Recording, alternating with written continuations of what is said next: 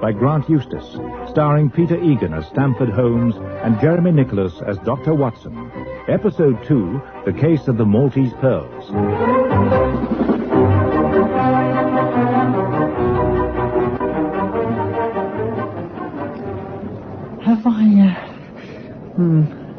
Have I got time to get a paper before they call the flight, do you think, Holmes? Watson, you've got time to buy and read War and Peace. Oh, come now, Holmes, we're not that early. Any earlier, we'd have to stay overnight. Now, you know how bad the traffic gets on the approaches to Heathrow first thing in the morning? If you followed my suggestion, the traffic would have been irrelevant. To take a helicopter from central London to here would have been gross extravagance. But I enjoy being extravagant. But I don't enjoy helicopters. How do you know? You've never been in one. I have the trained eye of a doctor, Holmes. I know when things are going to disagree with me, and there's something most disagreeable about trusting your life to a contraption that bears no relation to anything in nature. On that yardstick, airplanes are a little better, Watson. Man and nature are considerably at odds about flying. For example, according to some aerodynamic thought, the power-weight ratio of a bee means that it's quite incapable of flight. Really? Well, now, I refuse to let you goad me into the same state as some of these other people here. What do you mean? You see, the trained eye of a doctor. That's a rough estimate. Nearly a third of these passengers are suffering from self-inflicted stress.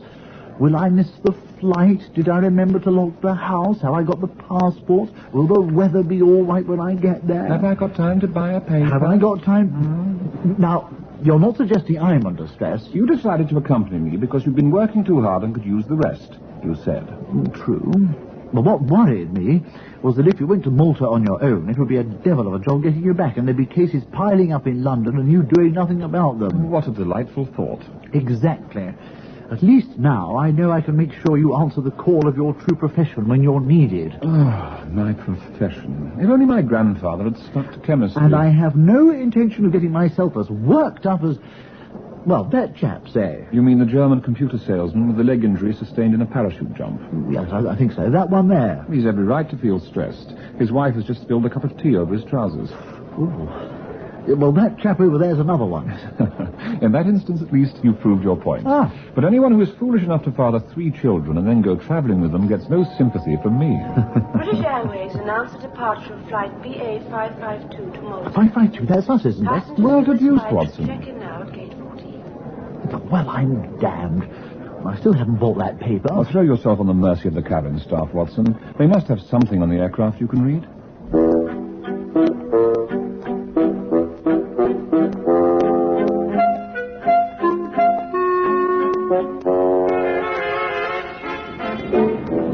Your newspaper, Dr. Watson. What? Oh, thank you.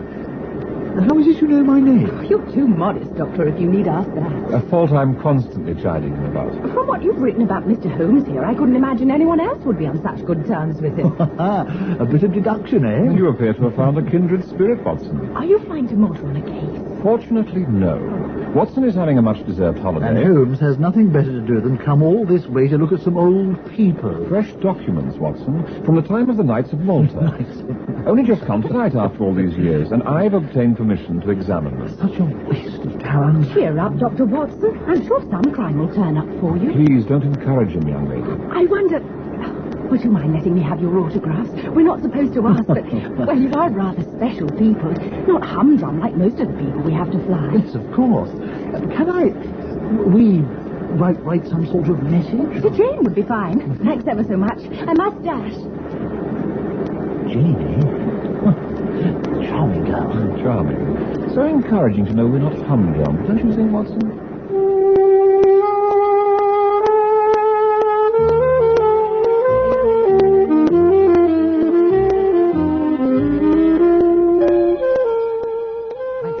Choice of hotel, Holmes. Always something I can leave safely in your hands. I'm not at all sure my ego can absorb all these compliments. Not only am I not humdrum, but now I have moderately good taste in hotels. So be a good fellow and do the checking in for both of us, will you? Oh, There'll be no problem. They know me here. Oh. If I don't leave at once, I'll be late for my appointment at the library. So if you restrict yourself to the letter today, Watson, let me recommend Fort St. Elmo, the Armory, and the inside of the cathedral. Well, actually... Well, I thought I'd spend a bit of time by the swimming pool. The swimming Well, pool? it's a nice day after all. Such a severely practical mind. The buildings have been here for 4 centuries and so should still be here tomorrow, but who knows if the fine weather will be. You rest your way, Holmes, and let me rest mine. Well, just remember how hot the sun is here. At a pinch, I will eat lobster, but I don't want one as a travelling companion. No, that's all right.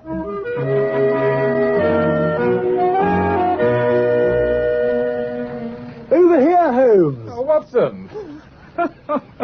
What on earth possessed you to buy striped bathing trunks? I think they're very becoming. Oh, thank you. Ah, Miss Jane.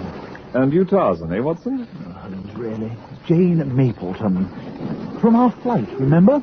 I have some slight recollection. The crew is stopping over here.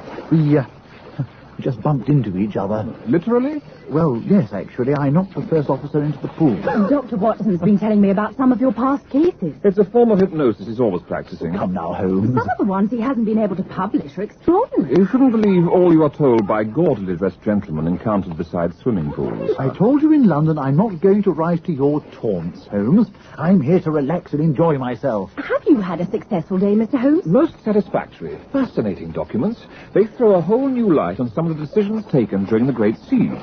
Does that mean you'll be able to join us now? No, I brought some photocopies back. I can fit in a little more work before dinner. But you see, Watson, the messages that were smuggled across Grand Harbour at night are particularly revealing, because up Holmes, until I'm now... sure it's all very interesting, but could we have a bit of a break from it? Of course, Watson. I'm sorry.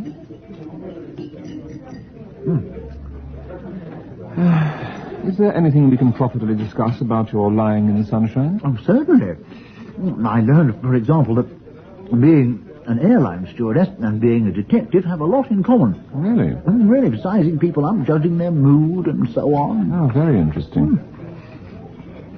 Did you also learn from Miss Mapleton why she is so agitated? Do you think she is? She is now, unless I'm very much mistaken. Oh, I'm sorry to interrupt you at dinner. Oh, not at all, not at all. Come and join us. Is something the matter? Have you read today's paper? I have read nothing later than the 16th century since we arrived. But you know about the pearls of St. John? No. Part of the regalia of the Grand Master of the Knights of St. John. That's right. Oh, those pearls. Currently on show in London as part of an exhibition about Malta. Which is why the paper here has pounced on it. You see? You better give that to Watson. He's developed a certain flair for reading the news aloud. Right, let's see. Ah, it's headed Attempted Theft of Pearls. In London last night, an attempt was made to steal the pearls of St. John, which are the centrepiece of the Malta exhibition being staged there all this month. Oh, you're right about that, Holmes. Thank you, Watson. Unfortunately, the private security firm engaged by the Maltese government managed to prevent the theft. The owner of the gallery where the exhibition is being held is helping police with their inquiries. A full statement about the incident is expected from Scotland Yard hourly. Well, since I can't imagine you share Holmes's obsession with the Knights of Malta, your interest must centre on the gallery. On the man who owns it. Oh, very good friend is he? He's my brother, Charles. Oh, I see.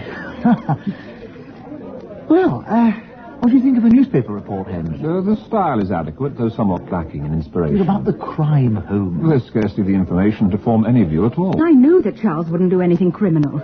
He's not the brainiest of people, so he may have done something stupid, but not criminal. So can we help in any way? That's what I wanted to ask you. Ah. I have to go back on tomorrow morning's flight anyway, but I was hoping you might be persuaded to come back to London too, and give Charles some help if he really is in trouble. Of course we will, won't we, Holmes? I'm sure we won't be able to get seats on the plane at this short notice. I checked. You'll be able to get on. Oh. But I have access to those papers for another 2 days. Holmes, we should be concerned about the living, not the dead. And you do have photocopies, Mr. Holmes. That was an unguarded remark of mine. Oh, very well, I suppose we must go back. Oh, good. At least in London, Watson won't wear those swimming trunks.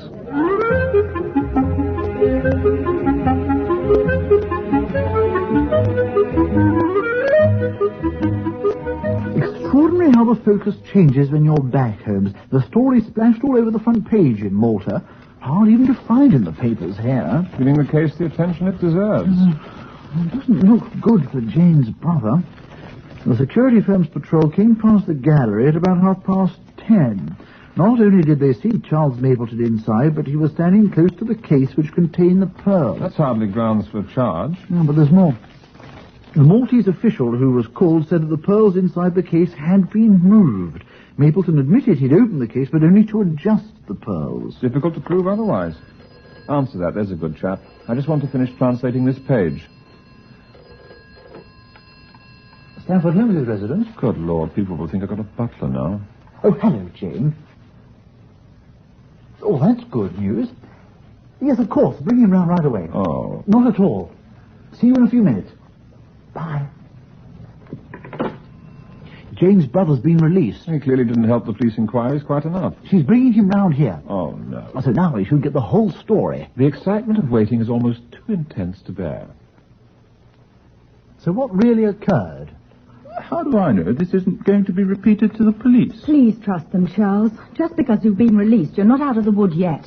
You may need friends. I should perhaps mention to you that you run the risk of Dr. Watson publishing a story in which you feature prominently. Oh, I'm not very keen on that. That could be avoided, couldn't it? Well, yes, of course. But not that I've broken any laws. But, well, I've been a bit of a fool, I suppose. Ah, Jane prepared us for that. What? Well, there'll be some explanation. This all has to do with a woman. Aha. What does that mean? Well, just, Holmes's experience is that in bizarre cases, there's usually a woman involved. What's bizarre about this? Just tell us what happened, Charles. Well, I've been seeing a lot of a girl called Marika over the weekend. Marika, eh? Foreign-sounding name. Well done, Watson. Swiss. Yeah, in London, on holiday. Only been here for a couple of days. So, a Swiss tourist, eh? Is that relevant? Could be. Who knows? Well, I thought you might. How did you meet her? Well, it was more like collided in St. James's Street. I knocked her handbag flying. Well, I helped her pick up the contents, and, well, we just got talking, and it developed from there. So what about the night before last? We'd had a good dinner, and I'd been talking about the exhibition. She said she'd love to see the pearls. Well, I couldn't see any harm in it, so we drove round to the gallery. When you said a good dinner, did you refer to the quality or the quantity? Oh, well, I don't take a girl out for sausage and mash. But we didn't eat that much, and we didn't stop for a sweet, or even coffee. Do ask the weirdest questions. Well, it's all part of our profession. They don't know everything, Charles. They won't be much help to you. Well, when we got to the gallery, Marika was very taken with the pearls. She asked if she could try them on. I was a bit reluctant, but, well, she had a very persuasive way about it. Yes, I don't think we need to go into that. But I thought you wanted all Yeah, the details. there's a lady present. Oh, Jane won't mind. Do get on with it, Charles.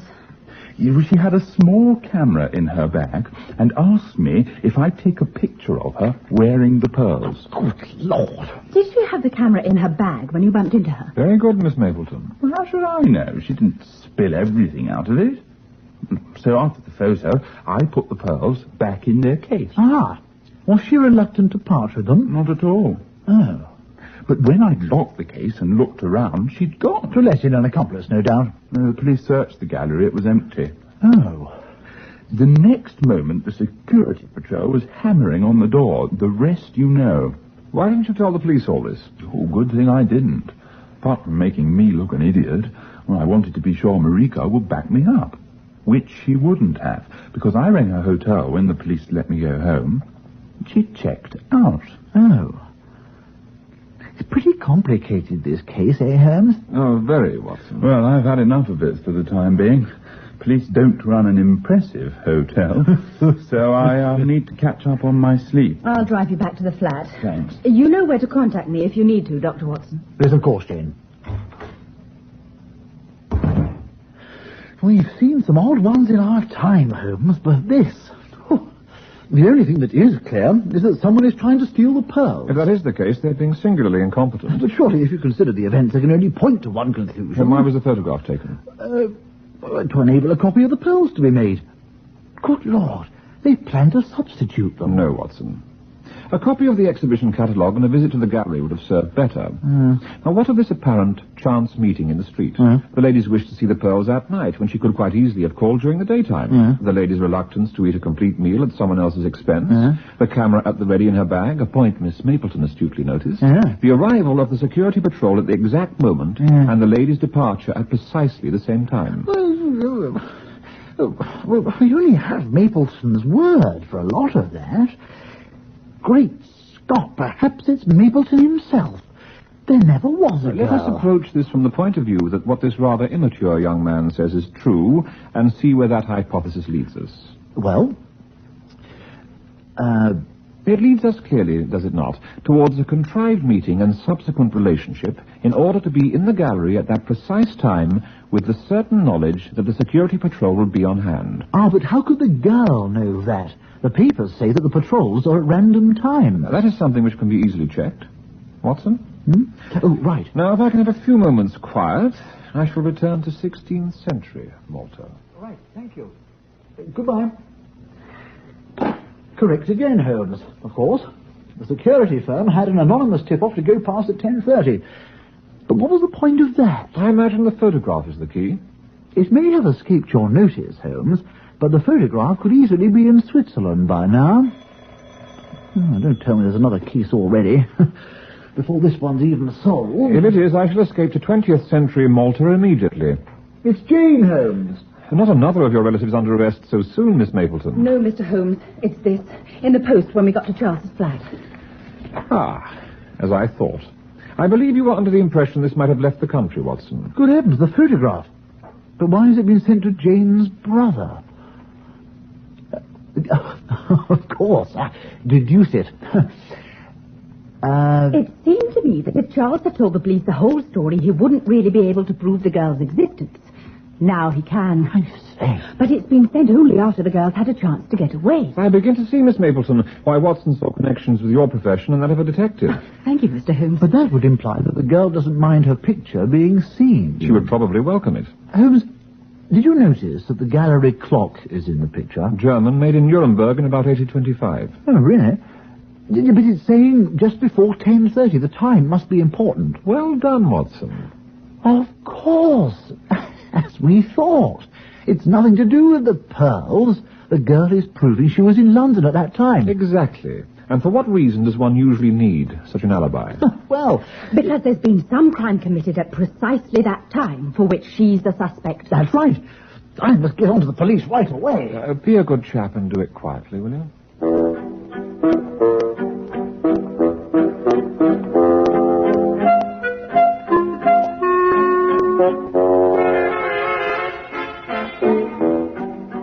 Really, Watson, you've got all the threads now.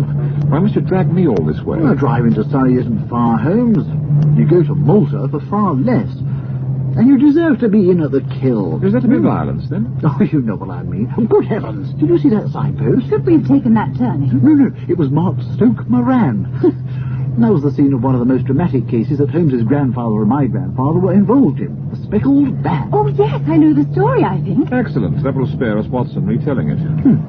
Too much to hope that this place we're going to will be in the same class, I suppose. I trust so. If there is a baboon loose in the grounds, I shall return to London at once. A baboon near Leatherhead. So the official version of the Speckled Band would have us believe. And a snake that lived in a safe, too. You see that Watson's habit of embellishing a plain tale runs in his family. Well, I haven't made up the fact that this man Neville Clark was attacked in his own house at exactly 10:30, the evening before last.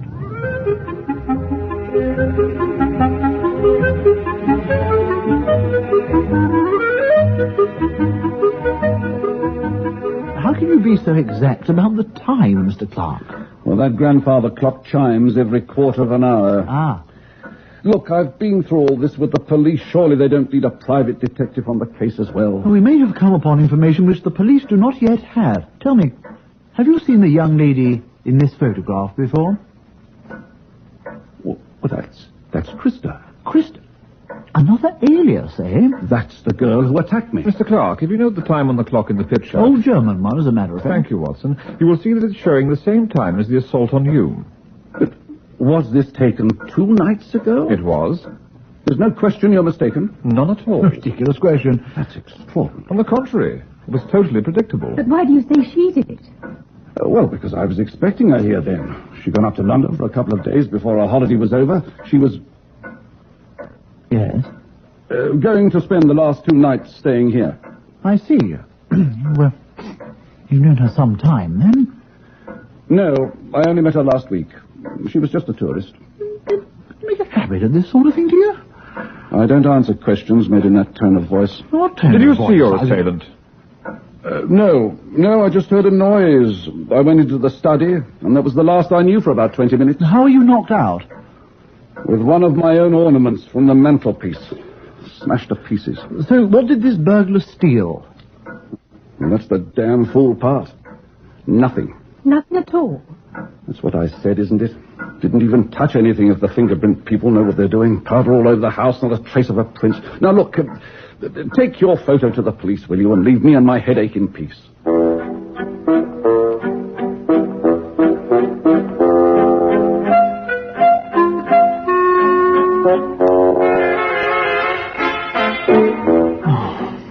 Well, earth's our order, Doctor. Ah, here we are. Lemon tea. For the lady. Thank you. Coffee? For me. Thank you. So you'll be the pot of tea then? Very reasonable deduction. No need to be rude. Tourists. Humorless woman. Now, but what sort of burglar doesn't take anything even when the occupant of the house is unconscious? A woman. Why do you say that? I don't know about the burglary, but the alibi with Charles and the photo makes it obvious to me. No man would plan something that relied on a woman getting a man to do exactly as she wanted. His pride wouldn't let him believe in it. A woman would know how easily it could be done. Good Lord, Jane. Bit cynical. No, there is a certain elegant logic in that. Man or woman, you don't set up something like this to burgle a house and then not take anything. I agree. Oh, really? So, what can we deduce? The woman has gone to extreme lengths to keep her identity secret. So I think Clark knows her. Agreed. But she didn't intend to attack him because she had to use an ornament. Picked it up in the heat of the moment when Clark came into the study unexpectedly. Very good, Watson. Oh, I say. So she did come to steal, not assault. Then why didn't she? Perhaps she did. I shall have another word with Mr. Clark, and to save wasting any more precious time, you drop me there and then start investigating the local hotels. Local hotels. We're looking for a Swiss lady. Or German or Austrian, I imagine. Checked in about a week ago and left yesterday. Drink up, Watson. We're nearly there. No, yes, of course. Sorry.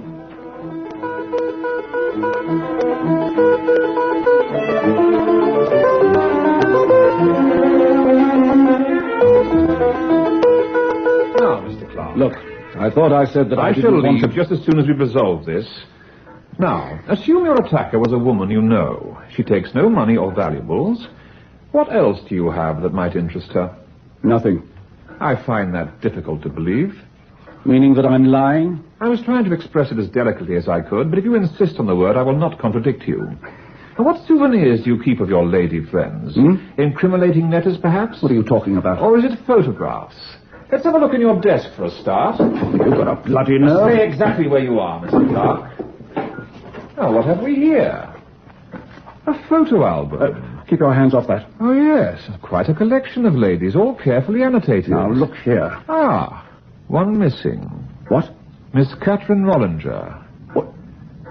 Scheming little bitch has stolen her picture. More power to her elbow. I'll take the rest. Give that back to if me. If you wish me to place a second lump on the back of your head to match the first, I shall be pleased to do so. That is my property. Material for blackmail is forfeit. Well, you've got no case against me. Taking photographs of young ladies in what I can only describe as compromising circumstances will lead to that, if it hasn't already done so. And if Fraulein Rollinger has found it necessary to come all this way, you are doubtless not as innocent as you suggest. What are you going to do with it? Destroy it. I see all these are Polaroid photographs, so I don't need to trouble you for the negatives. Good morning, Mr. Clark.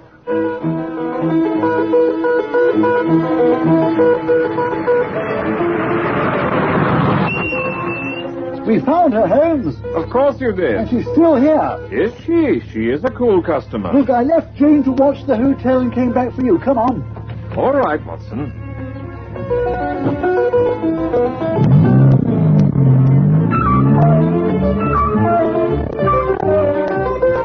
There's Jane, over there. But she's left Mr. Holmes. What? Not long after you went, a taxi drew up. She came out of the hotel and got in. I rushed over to see if I could catch the instructions to the driver, and she wound down the window and gave me this. Then the taxi drove off. Good Lord, this letter's addressed to you, Holmes. She's clever as well as cool. Go on, Watson. You're bursting to open it. Oh, right. Dear Mr. Holmes, I had planned not to draw attention to myself by sudden departure. But where Dr. Watson and your other charming helper are, you cannot be far behind. So, you find the nest empty. You will have discovered it was me who entered Neville Clark's house. I did not intend to harm him, but I am not sorry that it happened. It was not the money he asked for, but the threat to send a photograph to my fiancé. Austria is a very conservative country, and a family with Habsburg blood in it even more so. I was not prepared to have my future happiness spoiled by one youthful indiscretion. I enclosed a small memento of my younger cousin. Cousin? Oh, it must be in the envelope. Huh? A negative. Why, it's the girl in the gallery. She has a definite touch. It's signed Catherine Rollinger. Yes. At the risk of compounding a felony, we'll let her go. Oh? Clark only got what he deserved. I still don't understand. Oh, Watson. Catherine knew that if Clark noticed the break-in, he would phone the police. She therefore had to make sure he would immediately suspect someone else, not her.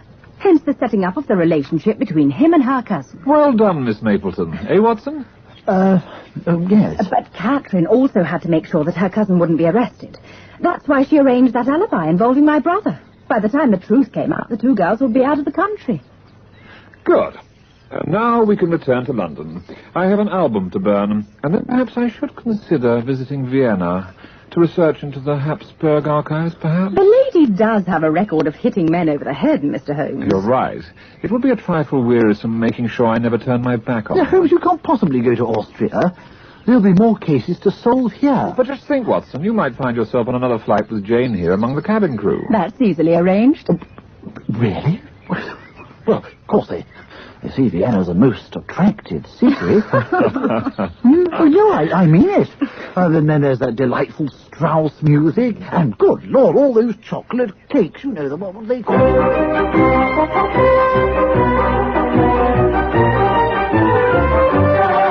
That episode of Second Holmes starred Peter Egan as Holmes and Jeremy Nicholas as Watson, with Catherine Hurlbut as Jane Mapleton. Charles Mapleton was played by Alex Jennings, Neville Clark by Edward Cast, and Catherine by Wendy Murray. Second Holmes was written by Grant Eustace and produced by Paul Mayhew Archer.